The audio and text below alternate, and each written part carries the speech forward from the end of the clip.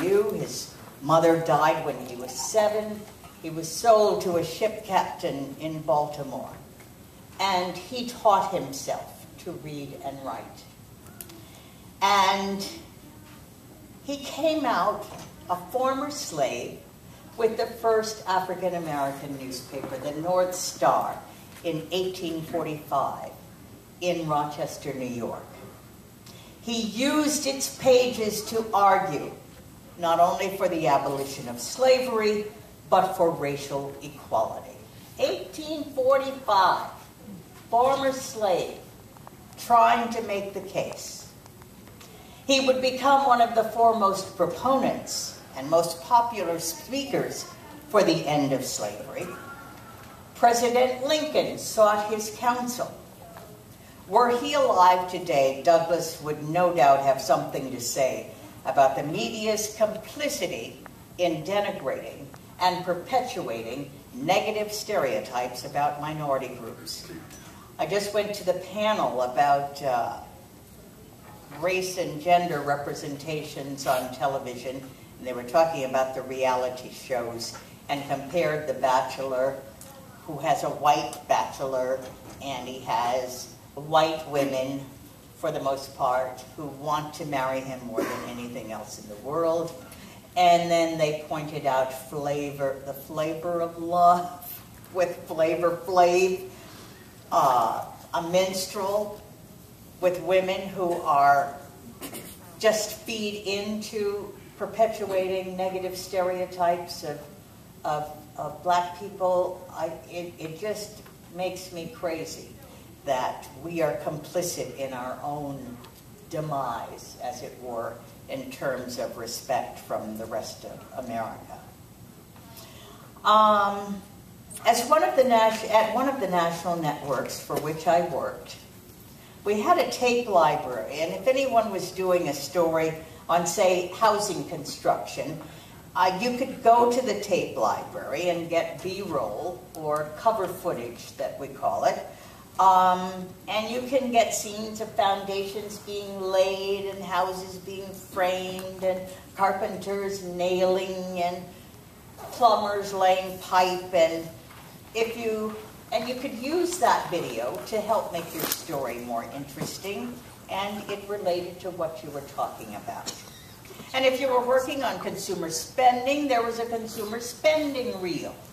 And it had money being printed and the exchange of dollars with a cash register. What do you call the people that run a cash register? Checkout person, the clerk, whatever. You would see shoppers in malls. You'd see people carrying packages and grocery bags to their cars, and you'd see products on shelves and clothing racks. And you could use this video to make a better television story with the pictures that you were talking about. Guess what we had, to my horrors? It was the black clip reel. A lot of us had not seen it because we had gathered our own video of black people for the stories that we were telling. But a lot of white producers that had to run in and get a story on the air about something to do with black people would go to the black clip reel. You know what was on it? Black men hanging outside liquor stores. Black pregnant teenagers. Gang members face down on the ground as they're being arrested by white police.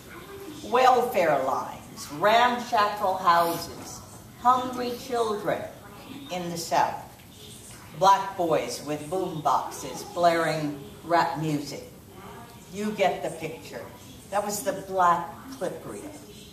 There were no video of black teachers, black doctors, black scientists, black middle-class neighborhoods, black men and women dressed up and working at well-paying corporate jobs, black people going to church or working as community activists in disadvantaged communities.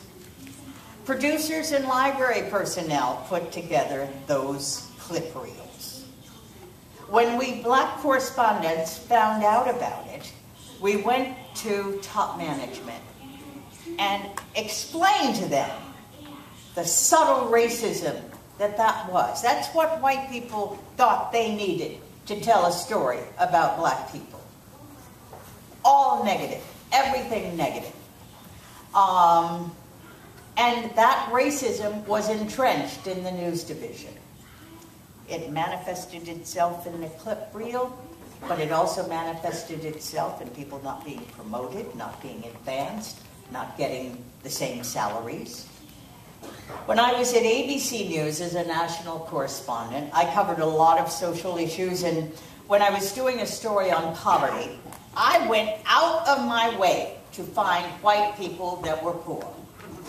Hungry white people. I would hunt them down in Kentucky, in Texas, Oxnard, California.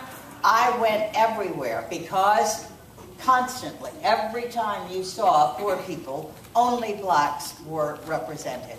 And yet the biggest number of poor people in America are white people. The largest number of them receiving food stamps are white people. The largest number of them on welfare are white people. But you would not know that. You would not believe that if you looked at television news. I was also doing a story on crack mothers. I reached high and wide and long and far to find a white crack mother. Sure, I'm going to put black crack mothers in there, but I was going to find me a white crack mother to put in that piece. Because what happens is the women that were on crack that were white were the wives of Wall Street guys who would bring them home cocaine, powder cocaine, and they were giving birth to babies in the suburbs that were crack addicted little babies. And so it was easy for the media just to run to the closest ghetto neighborhood near the TV station and get the pictures that they wanted. But you had to really hunt and search to find and to make sure that people realized it was not just a black problem. I tried in my job to dispel negative stereotypes. Of course, this was before President Obama was elected, but if you look on the internet, you will see some of the depictions of him. And I have a white friend, close white friend, who lives in Richmond, Virginia, and I have him send me all the negative stuff that he gets on the internet. Yeah, every day he's getting stuff from friends of his. And I don't know if you saw one of these, but it was a picture of the 44 presidents of the United States. And you saw George Washington and all of them in their official photographs. And you get to the 44th president, and the picture is just black with 2 white eyes in it. That was our 44th president of the United States. At Christmas time, there was an Obama ornament, and the ad said, "Now you can again hang a black man on a tree." Yes, that's how it was being sold. You know, it is important for us to be at the table, for all of us to be at the table.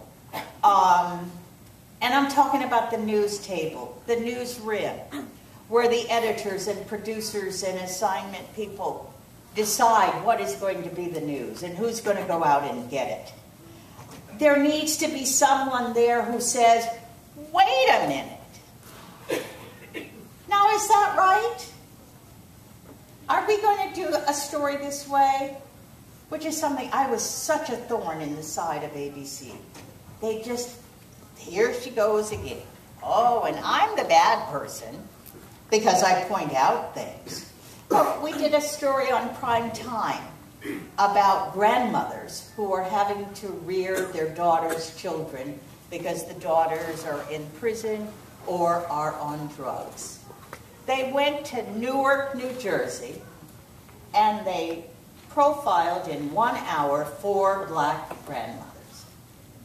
So if you looked at that for an hour, you would think that only black grandmothers had daughters who were in prison or addicted to drugs.